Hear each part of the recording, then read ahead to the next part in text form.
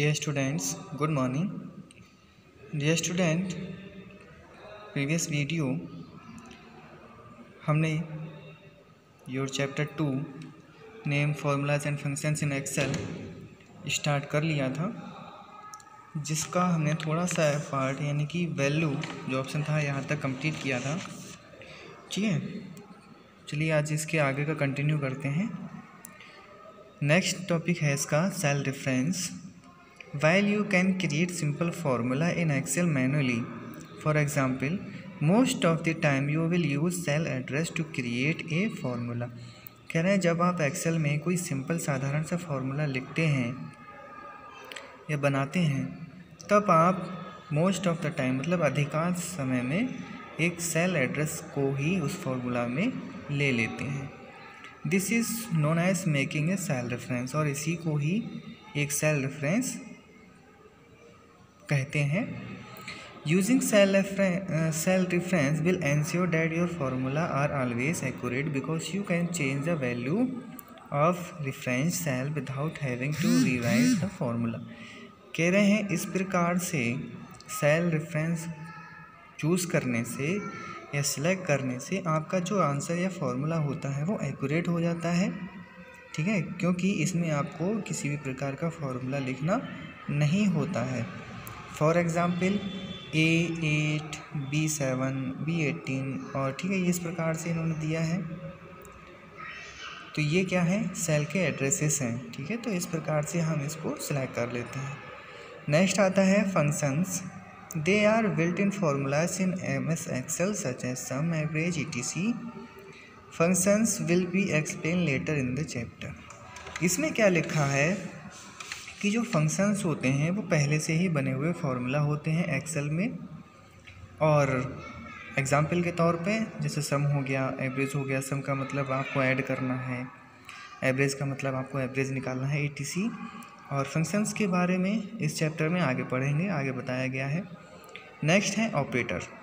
Excel uses standard operator of formulas. Excel formulas में operators को use करता है, such as plus sign for addition, minus sign. ठीक है, कह रहे हैं ये ऑपरेटर्स हैं, जैसे प्लस पता है ऐड होना है, माइनस पता है सब्ट्रैक्ट होना है, मल्टीपल, डिवीज़न। ठीक है, इस प्रकार के इन चीज़ों के बारे में एक्सेल को पहले ही पता है कि किस प्रकार का ऑपरेटर यहाँ पे लिया गया है तो उसको क्या कार्य करना है। ठीक है, आगे है elements of formulas in Excel.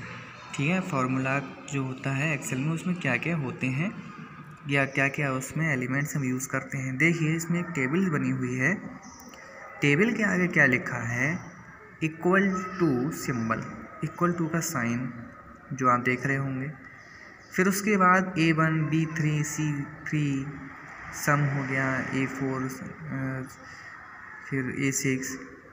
तो ये जो नाम दिए हैं इसमें बताया गया है कि जिसके सामने A1, B3, C3, A4, A6 ये जो लिखा है ये क्या है सेल एड्रेस हैं। ठीक है, अब इसके बाद बीच में आप देख रहे होंगे प्लस, मल्टीपल, दो प्रकार के साइन हैं, तो ये क्या है ऑपरेटर है। कैसे ऑपरेटर है, मैथमेटिकल। ठीक है, क्योंकि ये मैथ्स की कैलकुलेशन करने के लिए यूज़ होते हैं। और नेक्स्ट सम लिखा हुआ है A4, A6, A4 से A6 ये एक रेंज हो जाती है।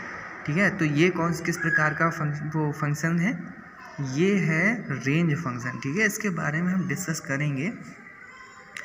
दस a formula in Excel is a sequence of values, cell address, cell reference functions and और operators in the cell that produce a new value from existing value.